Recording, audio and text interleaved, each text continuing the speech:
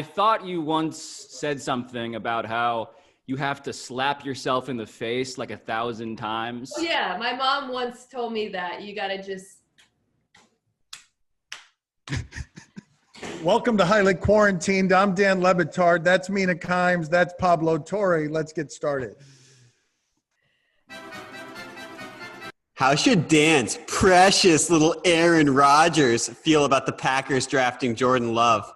Okay, I know you guys know that I'm in the tank for this guy because I believe as an artist that what his excellence has been in Green Bay for many, many years now has been a lot of underachievement because of people around him. This man mastered the position, and he's won a lot less than Tom Brady, even though Tom Brady would tell you himself that that is a more skilled quarterback than I am. The reason for that is because for 15 years in the first round, they have never drafted a wide receiver or a running back. They don't get him any free agent help. The idea that the only time they would use a first-round pick on a skill position would be on the guy to replace him is something he should find offensive enough to ask to be traded if it's not something that he wants. That's a guy who runs that organization and should have as much power in that organization as he can possibly have, as any athlete can have, because he has made that organization be better for the last 15 years than it had any right to be given the people they were putting around him.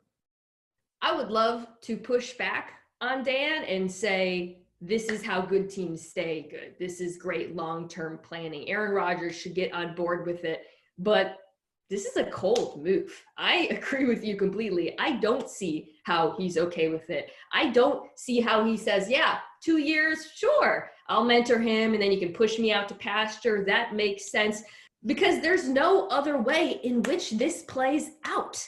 They cannot sit Jordan Love for more than 3, possibly 2 years, especially in a league where how often do we see rookie quarterbacks come in and sit for even a year? I mean, Mahomes is really the exception now. Every time we look at teams and we say, yeah, they're going to let the rookie wait and learn. And then every time they bring him in immediately. I understand Aaron Rodgers is different. I understand Jordan Love is raw. But for that contract, that pick to make sense for Green Bay, he has to come in at some point in the next couple of years or 3 years. Aaron Rodgers knows that. He's smart. He knows that when they went out and picked him, they strapped a ticking time bomb to his chest. And unless he was on board with it, we received no indication that he is. I cannot see how he's happy with it.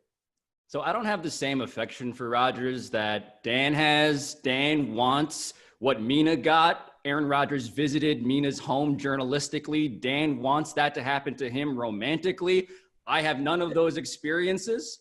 But I will say, if you're Aaron Rodgers and people are telling you, this is what you did to Brett Favre, right? You unseated the incumbent. There is a big difference for Aaron Rodgers to point to. Back in 2005, Brett Favre had been basically contemplating retirement every offseason. Go back and look. He came back and said, I will play this year in March. The draft was in April. Aaron Rodgers then plummeted into their laps, and that's why the Packers took him. In this case, they traded up for Jordan Love. They traded a first and a fourth-round pick for the guy to replace Aaron Rodgers, who has only said that he wants to play into his 40s, that has only said that he wants to finish out his career much like Tom Brady attempted to. And so, yes, this is the Packers telling him, hey, Aaron, you're actually not that special, and you're even less special than the previous guy that we had before you. And along those lines, I don't really understand this from the Packers' perspective, right? Aaron Rodgers has multiple years left on his contract. The Packers can't really part ways with him, whether it's through a trade or a cut, until 2022. Do you really want to draft a rookie quarterback and use up those valuable, cheap contract years on having him on the bench? It just doesn't make sense to me, even if you really like Jordan Love and you see him as a prospect with a ton of upside.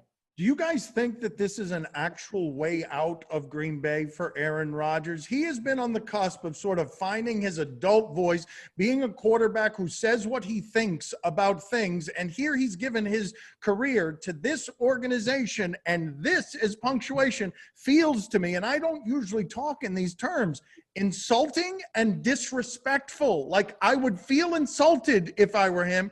I would feel disrespected. And when people in this age group feel insulted and disrespectful, when they've got this kind of resume and excellence, They end up in Tampa Bay at the end of their careers, getting old in Florida like the rest of us. And there is extra insult to injury here, Dan, because last night while Aaron Rodgers was presumably watching the draft and pining for the first round wide receiver that he had never gotten in Green Bay in 15 years, you know who did get that first round wide receiver?